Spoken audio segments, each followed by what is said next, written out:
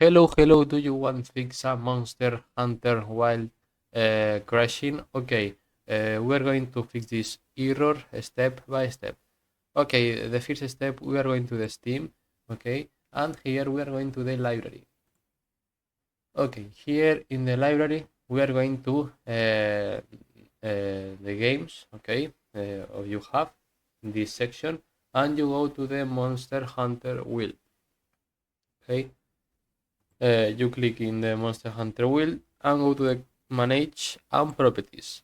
Here, okay, in the properties of your game, you go to the launch options, okay, section, and here you put dash dx12, and if you not fix this error, you put dash dx11, okay.